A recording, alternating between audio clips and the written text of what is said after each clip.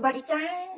มื้อนี้เช้านี้สิพี่น้องกินตำซั่วขนมจีนแคบหมูซีซั่นจัดจ้านแซ่บนัวผักเขาบ่ได้มีชะอมถั่วลันเตาผักบุ้งนาในนี้ก็มีผักบุ้งผักกระจองรวมแล้วก็มีแคบหมูไปกินแก้มเพิ่มนํจ้ามาลงมือกินกันเลยจ้าได้เวลายุ่งเส้นกันแล้วจ้ากินหยังก็บ่แล้วส้มตำแล้วเมนูเส้นเนาะยาวๆนุ่มคักน้ำลายแตกแล้วแต่แตกทุกคลิปเนาะน้ำลายก็เด้ได้กินของแซ่บเนาะนะน้ำตำซีซั่นแซ่บๆนำกันจ้า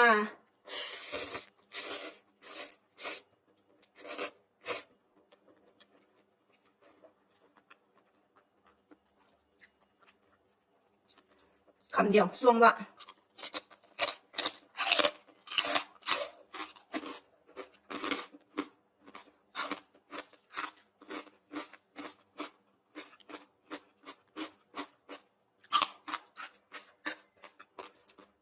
เผ็ดได้ใจครับ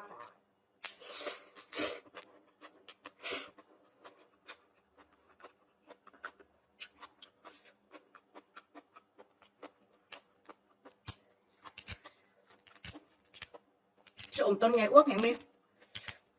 น้ำก็ไหลแต่ว่าเศร้าเลยโคตรน้ำมันออกแล้ว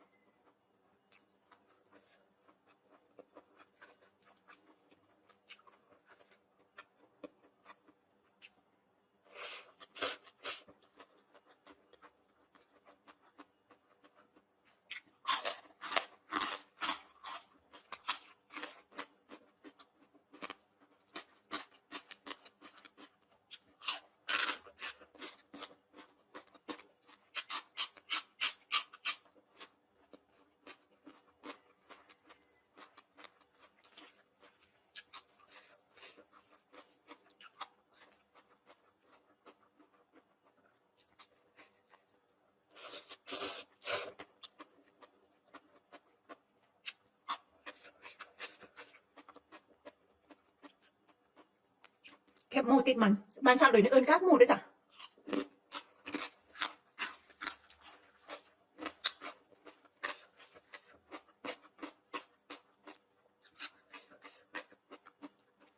ติดมันหลายๆแห่งแซ่บเนาะ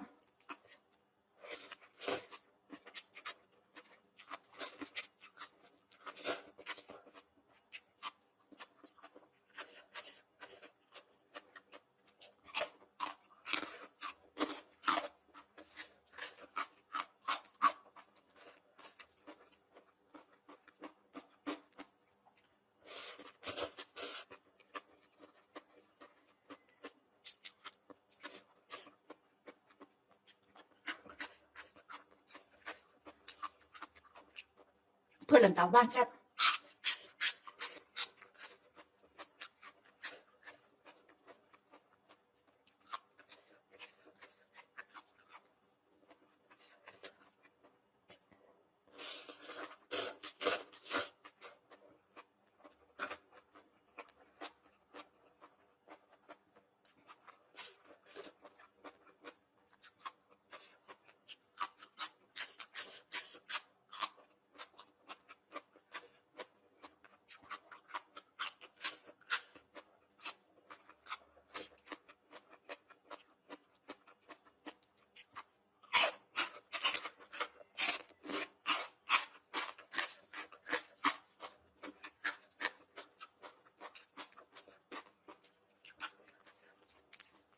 กรอบสนั่นจอเลยเนาะแคบหมู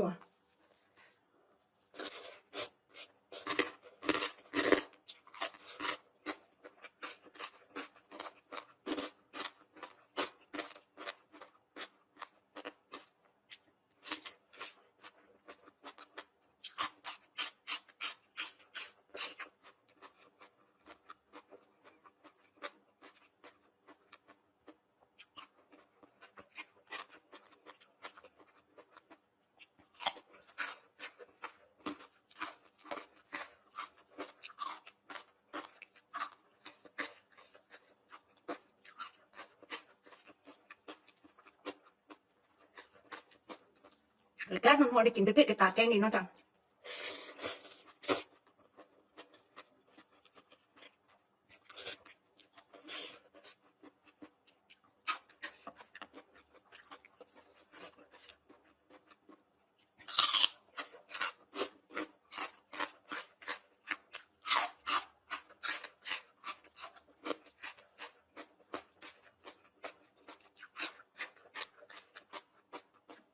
เวลาออกไปข้างนอกนี่มันบ่แม่นร้อนธรรมดาเด้ร้อนจนแสบผิวพุ่นน่ะแดดบ้านเฮาสุดยอด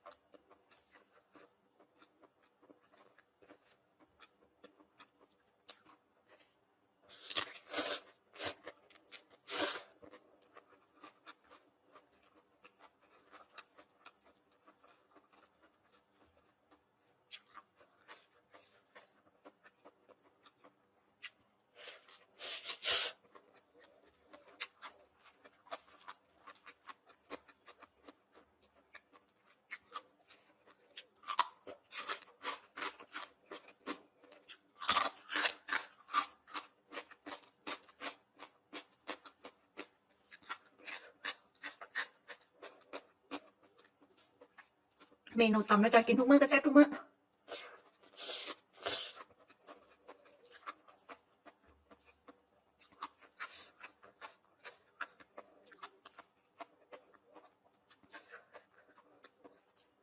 ขาดปลาร้าบ่ได้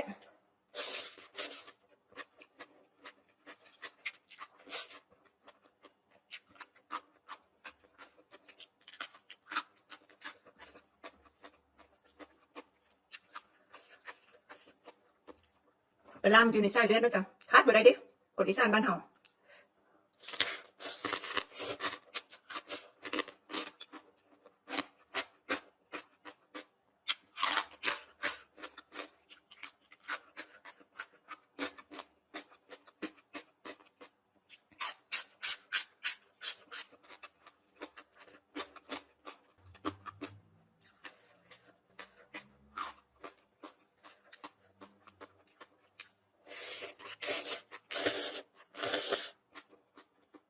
ขอบคุณการติดตามรับชมแล้วพบกันใหม่คลิปหน้าจ้าสวัสดีจ้า